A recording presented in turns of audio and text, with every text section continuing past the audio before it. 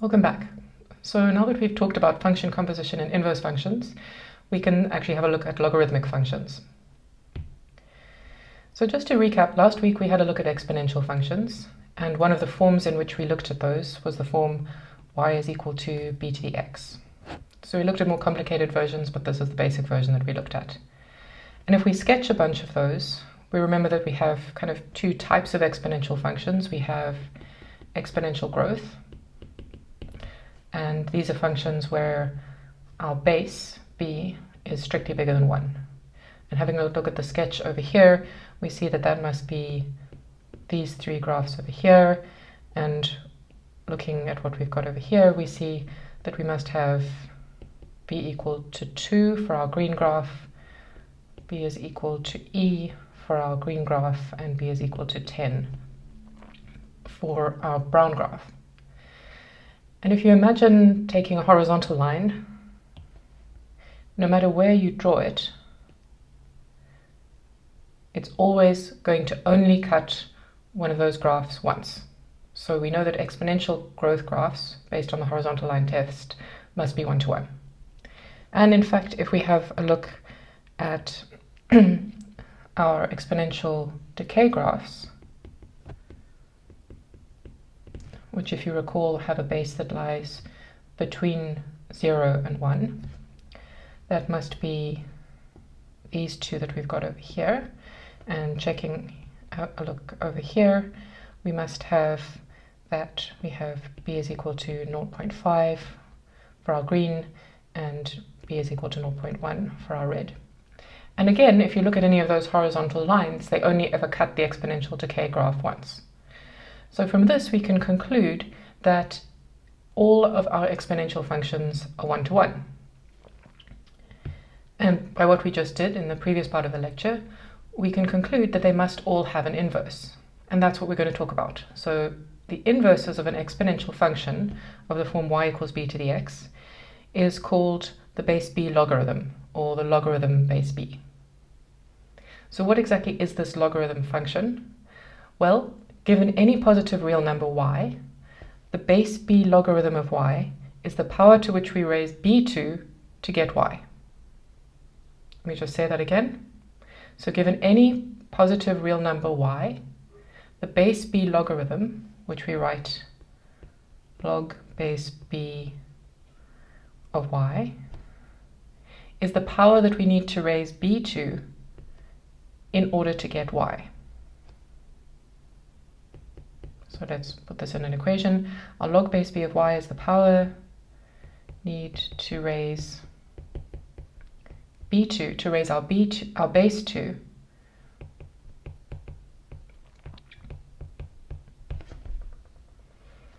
all right, that sounds like a lot of words.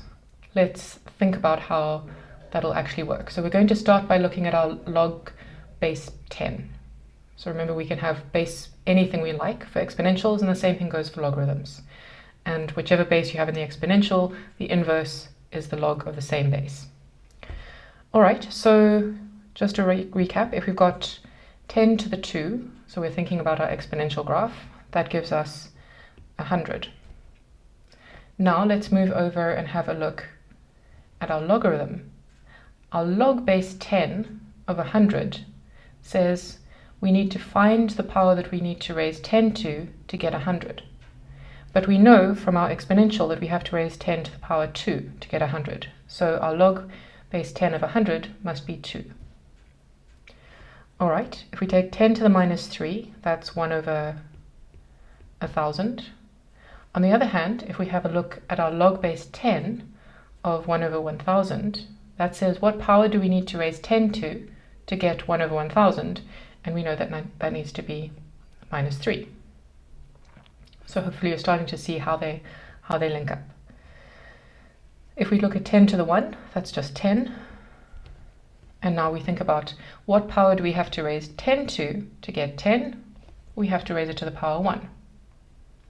And finally, 10 to the 0 is 1. And we ask the question, what power do we have to raise 10 to get 1? We have to raise it to the power 0. Okay, so that gives us an introduction to our logarithmic functions base 10, but in fact all bases work the same. It's always log base something of something else is the power you have to raise the something to get the something else. So more details about this. Well, let's give our functions, our exponential and our logarithm, some function names. So I'm going to call our 10 to the t, p of t for the power of t, and our log base 10 of y is going to be L of y. And things we always want to think about when we're meeting a new function, we want to think, what is the domain, what is the range? So if we're thinking about our power function, we know that the domain, so the set of valid inputs to our exponential function, is all real numbers, and we know that our exponential function always spits out positive numbers. So our domain of our p is real numbers and the range is all positive real numbers. Now if we think about our logarithm, that's our inverse, so our domain and range must be flipped. So our domain of L, so the set of inputs that we can put into our logarithm, is the set of all positive real numbers, and the range is going to be the set of all real numbers. If we go back and have a look at the sketch, which I didn't talk about very much here, we can see that happening quite clearly. So here's our exponential function. Here's our exponential function, and here's our logarithmic function. So if you notice, what values can we put in to our exponential? Well, we can put in any real numbers that we like, but what we get out is always something positive. On the other hand, for our logarithmic function, we can only put in strictly positive values, but we can get out any real number. So notice that we can get negative numbers, but we can also get positive numbers. And the key thing that makes having an inverse so useful comes from that relationship that we saw with our function and its inverse. Just to remind you, if we have an f of x and its inverse f to the minus 1 of x, then what we know is that f composed with its inverse is just equal to x, and similarly, if we take the inverse and compose it with the function itself, we just get x. So if we apply that when we're looking at logarithms, what we have is, if we take log base 10 of 10 to the t, so we're taking 10 to the t and then we're composing it on the outside with its inverse, what we must just do is get our t. And this means that we have a way of taking an equation where we have our variable up in the exponent, and if we take the correct logarithm of that equation on both sides, we'll get that exponent down into the base. So just writing this in function notation, if we take L composed with P, then we get T. On the other hand, obviously we can do it the other way around. So we just looked at really this version of our function, inverse function composition, but if we have a look at this version over here, now we're going to take 10 and we're going to raise it to the power of log base 10 of y. So we're saying p of L of y, and by the same reasoning that we had over here, what we get out of that is y. And really this is kind of the key of why we need logarithms when we're working with things that have exponentials and vice versa, because it gives us a way of moving our variable into places we can deal with it. Because if we didn't have something like that, if we wanted to solve something like, for example, 62 to the x is equal to 5, if we weren't able to take logarithms both sides, we'd have no way of getting our variable x to somewhere where we could actually solve this equation. So what logarithms do is they give us a way of solving this. Just two important things to remember, which we already pointed out in the previous slide. We know that 10 to the 0 is 1, anything to the 0 is 1, and therefore we must have that log base 10 of 1 is equal to 0. Okay. So with that in mind, here is a chance for us to do some exercises. So I'm going to work through one or two, and then we can take a break and you can work on them, and then we'll discuss them. So what we're wanting to do here is for each of the following equation, we want to find the exact value of the unknown variable. So mostly what we're doing in this course is finding exact things. So this means don't plug it into your calculator and find an approximation. So you're going to leave it in whatever form, so log of something or whatever.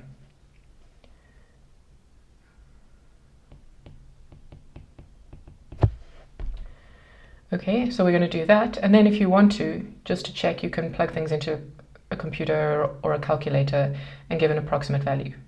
So when I talk about exact form, what I mean is leaving something like this. And if we have something in this form, that's an approximation.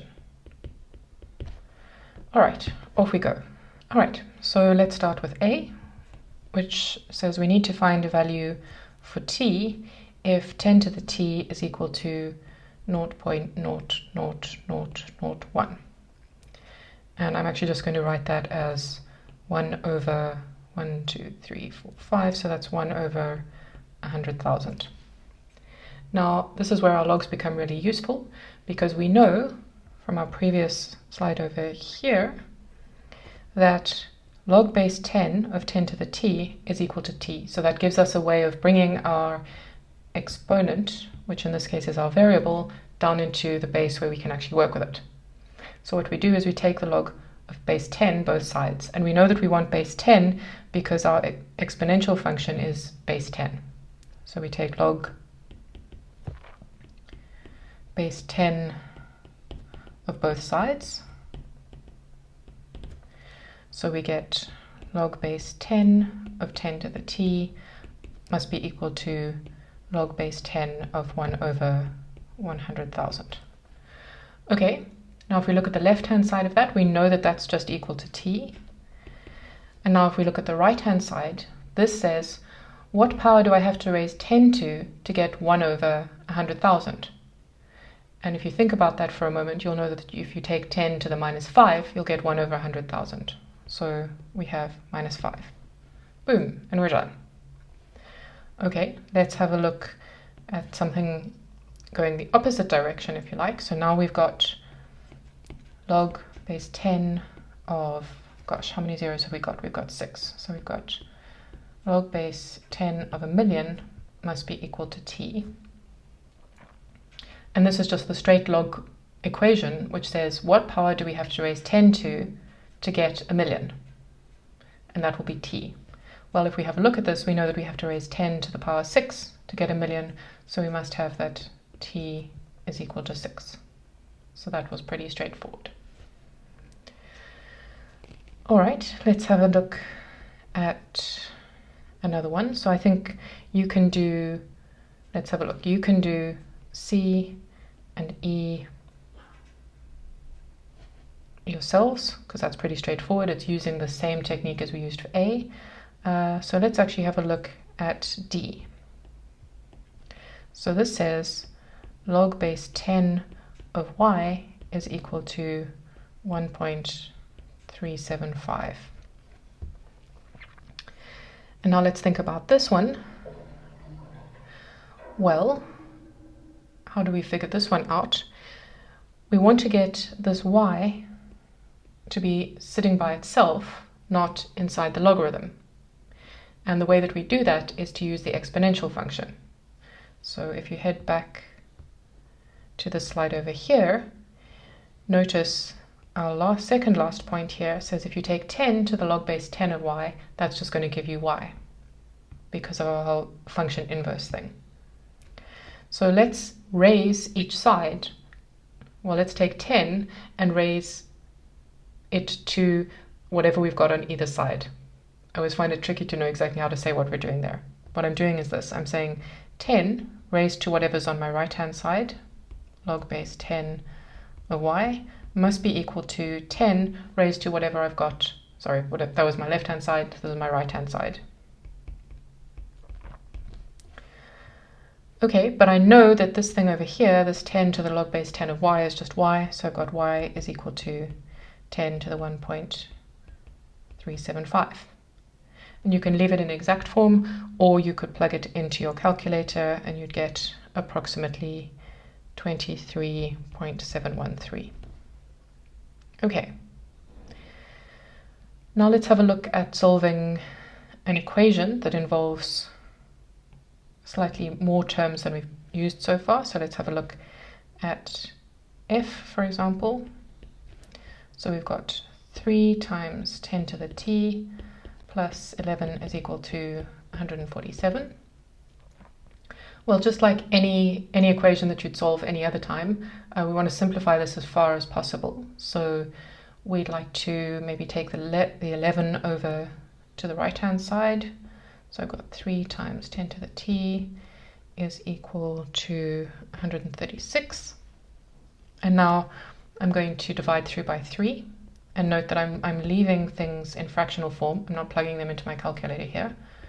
So I've got 136 over 3. So now I've got an equation of the form that we know what to do with. We're going to take the log base 10 both sides. So I've got log base 10 of 10 to the t is going to be equal to log base 10 of 136 over 3, which tells me that our t is equal to log base 10 of 136 over 3. So that's my exact answer. If I wanted to approximate it, plug it into my calculator, and I would get, well, let's just have a check. So I've got log of 136 over 3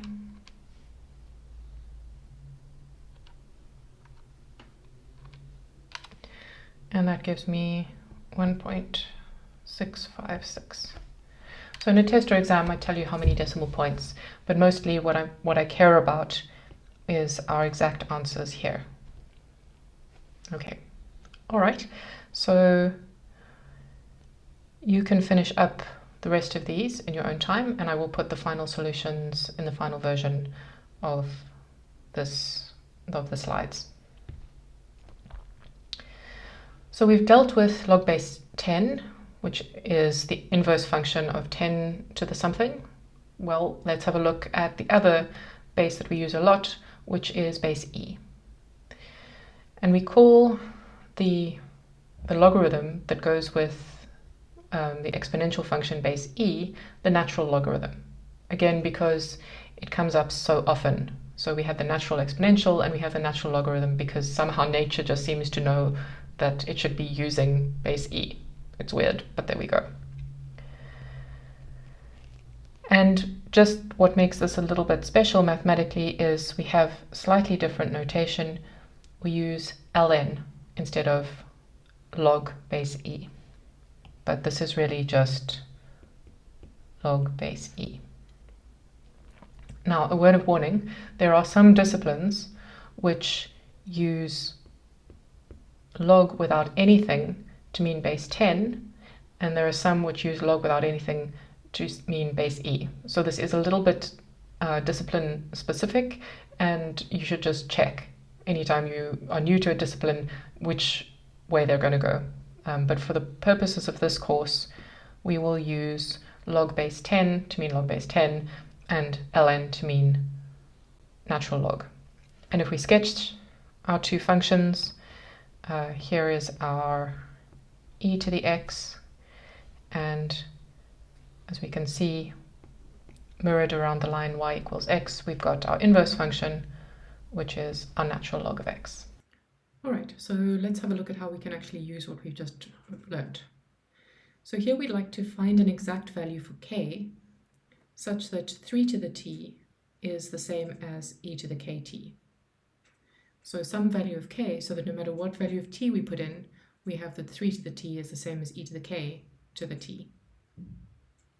And this is pretty useful because it's going to give us a way of, in general, changing bases. So you might have something that you figured out base 3, but actually it's going to be easier to do calculations and stuff base e. Well, this is how you change your base for exponentials. So let's have a look. We've got we want to solve for k such that 3 to the t is equal to e to the k to the t. And this is where it's helpful to know some of our exponential rules, which says that e raised to the kt is the same as e to the k all to the t. If that seems weird, go back and check the rules. So what this is really telling us is that since we need this to be true for every value of t, we must have that we want to solve 3 is equal to e to the k. And now we have a straightforward equation that we know how to solve, because if we take natural logs both sides, that will help us bring our k down into the base where we can work with it. So let's take our natural log both sides. Then we've got our natural log of 3 is equal to our natural log of e to the k. And what we've got over here is that our natural log of e to the k is just k. So this tells us that our k is equal to the natural log of 3.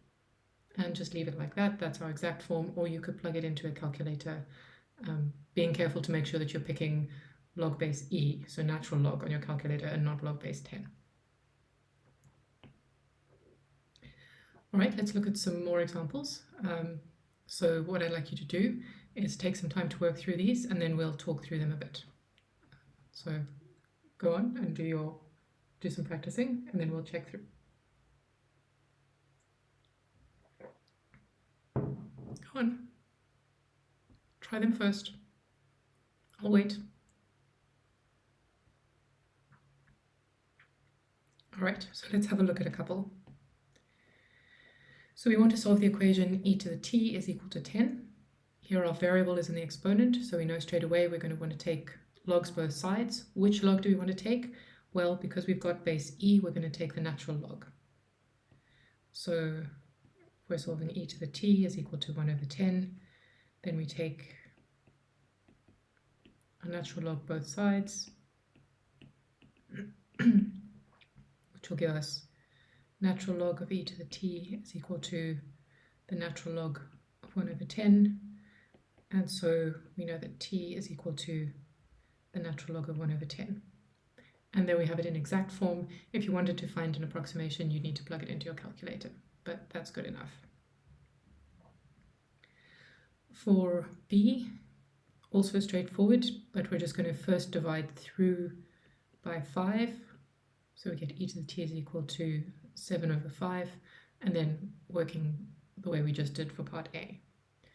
Let's have a look at some others. So let's have a look at c. We've got the natural log of t is equal to minus 1/3. So now we've got our variable inside the natural log, so we're going to want to take base e and raise it to each side. It's that weird thing that I never know how to explain.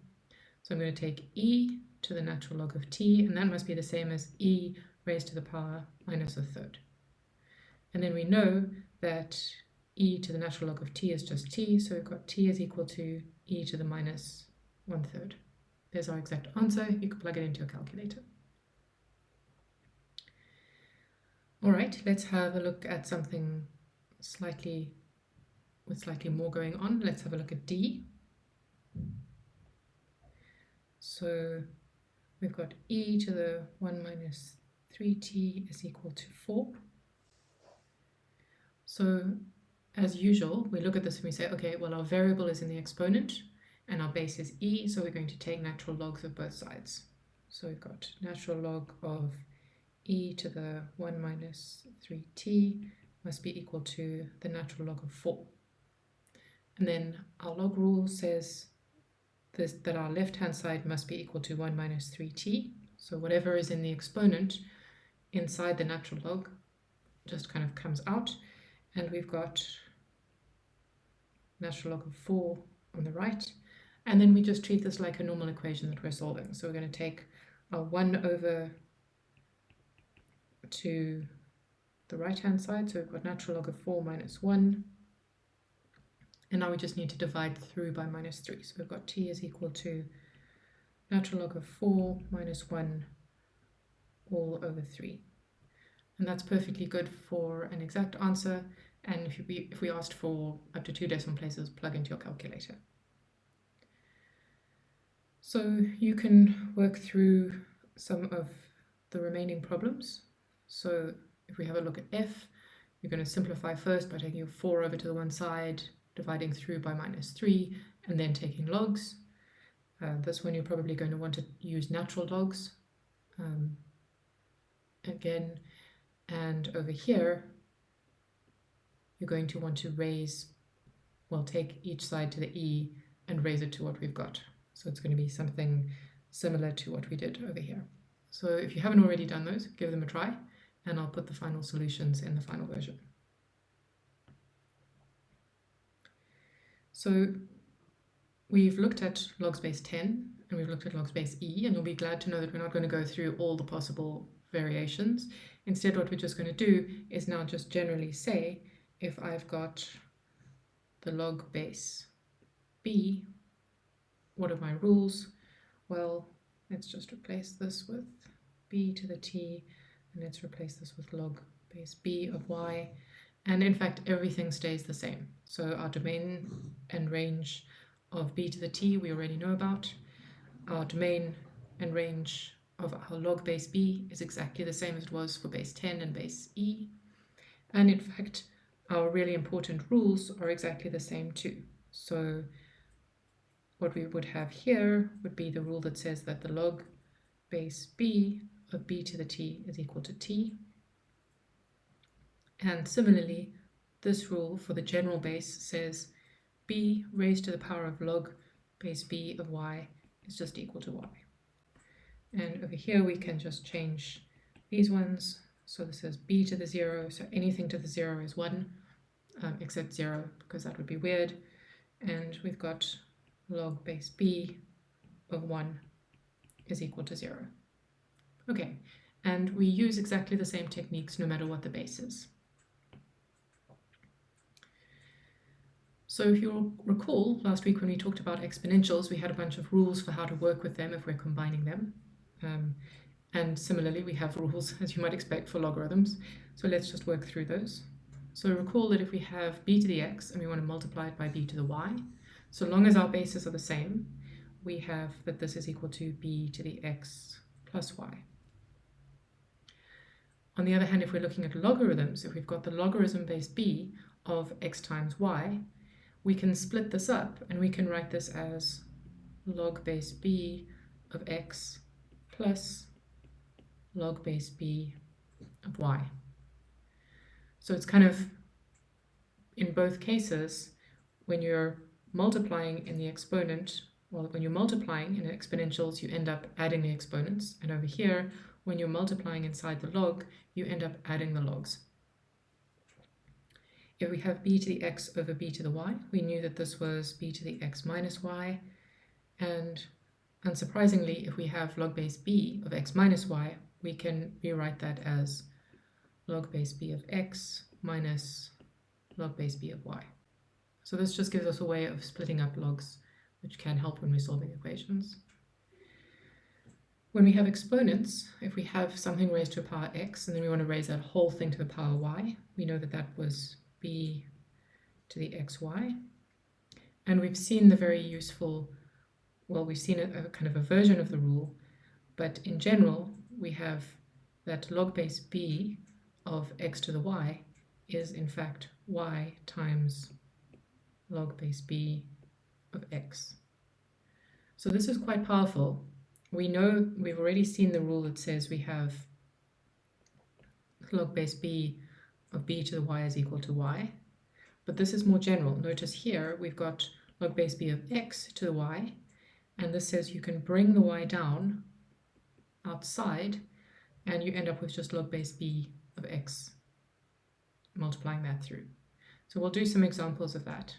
I'm not going to prove it for you, but it's true, and it's one of the really useful things about logs. And then just to recap, b to the 0, so anything to the 0 is 1.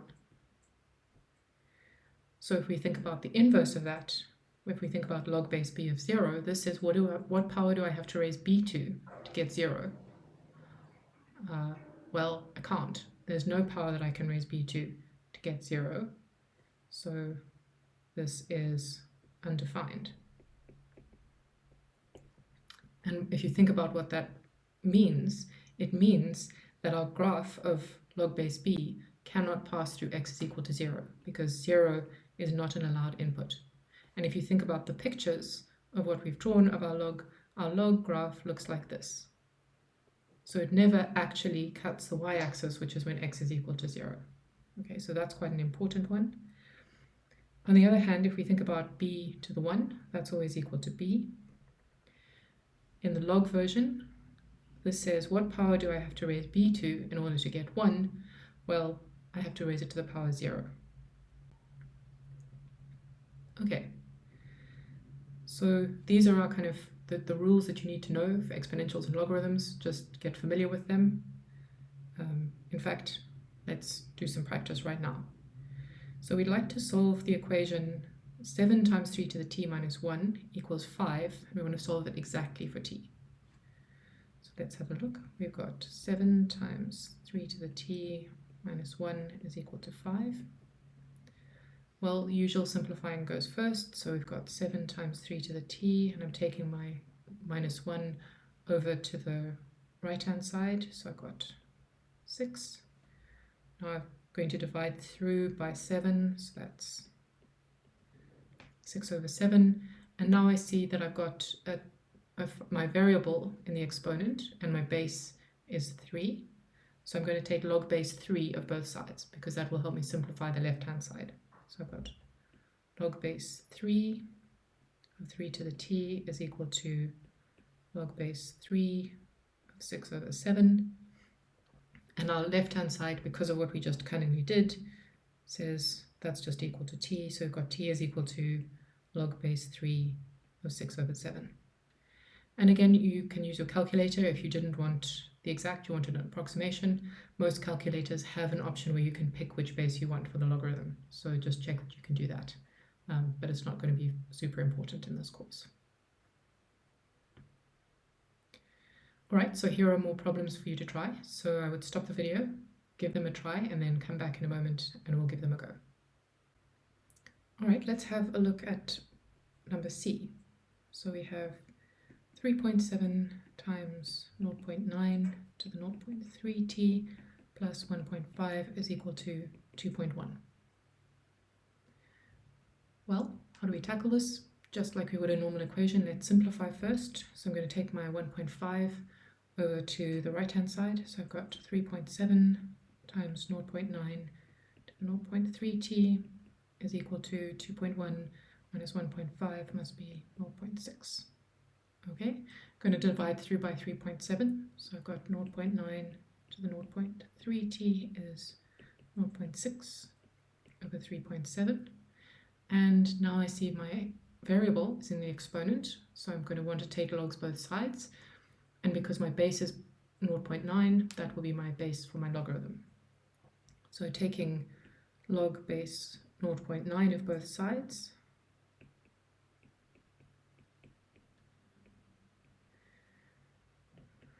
gives me this 0.6 over 3.7. And using my log laws, I know that my left-hand side is just equal to 0.3 to the t. So leaving my right-hand side as it is, 6 over 3.7. And the final thing would be to divide the whole thing through by 0.3. So finally I have t is equal to log base 0.9 of 0.6 over 3.7 over 0.3. So it's exactly the same technique, it just happens that we've got some fractions in here, but we use exactly what we've used before. Okay, so you can try D by yourself. I'll put the answer into the final version. Let's have a look at E. So you've got E, the natural log of t is equal to minus 2. So here we have our variable is inside the natural log. So now we're going to use base e and take e on each side and then to the power of on either side. Again, it's this thing, I never know how to explain it. Okay, so I've got e to the natural log of t is equal to e to the minus 2. And then our rules say that our left-hand side is just equal to t, so we have t is equal to e to the minus 2. Pretty nice. And finally, you can work out f, and I'll put the solution in the final slides. And if you want to make sure that you're happy using your calculator, find each of these accurate to 5 decimal places. So we saw a little bit earlier how to change our base in an exponential. So remember, we solved the one which said we want to find k so that 3 to the t is equal to e to the kt. So that tells us how to change base in exponentials. Occasionally it's useful to be able to change base in logs, and the rule that we have for that looks like this. So here what I'm wanting to do is I want to take something of the form log base d of a, and I want to change it, sorry, I'm going the wrong way around. I'm taking something of the form log base b of a, and I want to change it into something base d. So I want to change it into log base d of something. How do I do that? Well, I've got my log base b of a, and I'm going to have log base d in the numerator and the denominator of this thing, and my a goes on top, and my base b becomes the argument for the log base d down in the base, in the denominator. Okay, so let's just have a look at an example. So I'd like to change natural log of 6 to base 10. Well, natural log of 6, I'm going to rewrite this as log base e of 6, just to make it clear. So here, if I think about it in terms of this formula over here, my b is really equal to e, and my a is equal to 6. So if I plug this into the equation over here, I want to have log base 10, top and bottom, and my a goes in the numerator, so I've got log base 10 of 6 divided by log base 10 of e. And if you feel like it, just plug into your calculator, work out what natural log of 6 is, and then work out what log base 10 of 6 divided by log base 10 of e is, and hopefully you'll get the same answers. Okay, so that covers pretty much everything we need to know about exponentials and logarithms. In the next part, we're going to just do a little bit of recapping differentiation, because we're going to need that when we come to the next topic next week. But first, take a break. Make sure that you're happy with all this material, maybe do some examples. There are questions in the quiz around this, and when you're ready, come back for the next bit.